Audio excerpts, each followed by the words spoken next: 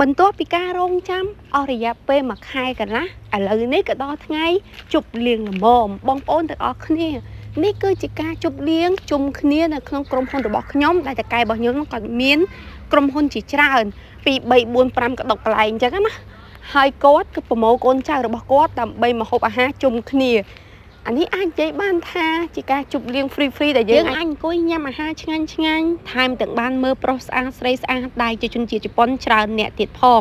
ឥឡូវនេះមុនពេលដែលកម្មវិធីនឹងចាប់ផ្ដើមខ្ញុំមកបង្ហាញបងប្អូនសិនពេលព្រឹកហ្នឹងគឺខ្ញុំចូលធ្វើការនៅម៉ោង 7 កន្លះព្រឹកហើយចេញពីធ្វើការហ្នឹងនៅម៉ោង 4 កន្លះមេរបស់ខ្ញុំគាត់ឲ្យខ្ញុំជិះកង់ទៅធ្វើការដូចរាល់ថ្ងៃទេគាត់ថាចេញពីធ្វើការយើងជិះតាក់ស៊ីទៅទាំងអស់គ្នា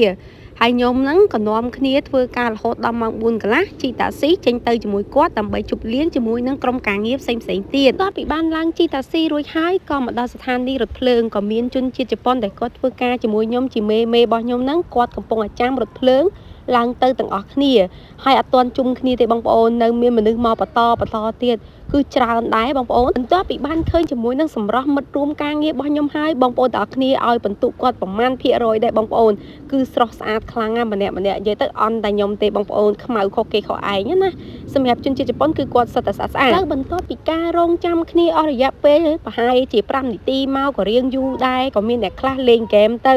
ហើយក៏មានអ្នកខ្លះដកទូរស័ព្ទដៃមកថតហើយជនជាតិជប៉ុនគាត់កំពុងតែពិភាក្សាគ្នាណាថាកំពុងតែធ្វើស្អីគេក៏សួរគ្នាគាត់ហើយម្នាក់ទៀតហ្នឹងគាត់ក៏បានប្រាប់ថាគាត់កំពុងតែលេងហ្គេមនិយាយទៅគេចូលចិត្តលេងហ្គេមណាអូមកម្នាក់ទៀតឲ្យបងប្អូននេះគឺជាមេនៅកន្លែងការងារដែរគឺស្រស់ស្អាតខ្លាំងអាយុរបស់គាត់ជិត60ឆ្នាំហើយបងប្អូនប៉ុន្តែមិនធម្មតាបងប្អូនឃើញទេគឺស្រស់ស្អាតខ្លាំងមែនតើហើយគាត់គឺចិត្តល្អខ្លាំងឥឡូវនេះខ្ញុំមកដល់ស្ថានីយ៍រថភ្លើងអូសាកាហើយបងប្អូនឃើញខ្ញុំមកហប់ហ្នឹងពេលហ្នឹងខ្ញុំមិនដឹងថាខ្ញុំនិយាយស្អីដែរបងប្អូនថតទៅដោយសារមានសលេងអញញ៉ៃពេញហ្នឹងណាហើយនោះមេខ្ញុំនៅខាងក្រោយបន្ទាប់មកយើងក៏ដើរមកដំណាក់កាលទៅមកដំណាក់កាលទៀតនិយាយទៅតំបន់ដែលខ្ញុំរស់នៅនិងកន្លែងដែលខ្ញុំកំពុងតែទៅហូបអាហារជុំគ្នានេះគឺឆ្ងាយពីគ្នាខ្លាំងបងប្អូនយើងជិះរថភ្លើងចំណាយលុយទាំងអស់រហូតទៅដល់320 យេនឯណោះបងប្អូនគឺថ្លៃគួរសមដែរបើយើងគិតជាប្រវែងចម្ងាយណាហើយរំលងចំណតរថភ្លើងហ្នឹងគឺ3 4ចំណតដែរឥឡូវនេះមកដល់ហើយបងប្អូនកន្លែងអូសាកាដែលគេល្បីថាមានផ្ទាំងកញ្ចក់អាគារកញ្ចក់ខ្ពស់ណាបងប្អូនលើកទី1អត់ដែលដើរតាំងពីមករស់នៅអូសាកាមកយូរដែរហើយគឺអត់ដែលបានដើរទេហើយទៅតែថ្ងៃហ្នឹងក៏ទៅហូបអាហារជុំគ្នាទៅក៏ពួកគាត់នាំដើរទៅក៏បានឃើញចល័យផ្លែកជាច្រើននៅក្នុងប្រទេសអូសាកាហ្នឹងតែម្ដងឥឡូវក៏ឃើញថាបានដើរអរិយាពេលជាយូរដែរហើយបងប្អូនហើយក៏ជិតទៅដល់ហាងដែរចង់ដឹងថាតើតកាយខ្ញុំក៏ប៉ាវហាងបែបណាដើម្បីប៉ាវកូនចៅជាទីស្រឡាញ់ដូចជាខ្ញុំអញ្ចឹងទៅហូបអាហារហ្នឹងបងប្អូនទាំងអស់គ្នាកុំភ្លេចទស្សនាវីដេអូនេះពីដើមរហូតដល់ចប់ឮថាហាងដែលតកែខ្ញុំប៉ាវហ្នឹងគឺជាហាងអ៊ីតាលីបងប្អូនមិនមែនជាហាងជប៉ុននោះទេទីបំផុតការរងចាំក៏បានមកដល់មុខហាងតែម្ដងហើយគ្រប់គ្នាក៏នាំគ្នាត្រីត្រេតនៅមុខហាងណាដោយសារតែចង់ថតរូបជាមួយគ្នាមកប៉ុសពីប៉ុសសិនមុនពេលចូលទៅក្នុងហាងណាបងប្អូនឥឡូវនេះក៏បានចូលទៅក្នុងហាងបងប្អូនហើយកំពុងតែឡើងកម្មចដើនិយាយទៅជាន់ដែលយើងត្រូវទៅហ្នឹងគឺជាន់ទី3តកែហ្នឹងប៉ាវតាំងពីជាន់1រហូតដល់ជាន់3ប៉ុន្តែគេជួបជុំគ្នាគឺនៅជាន់ទី3ហ្នឹងបន្ទាប់ពី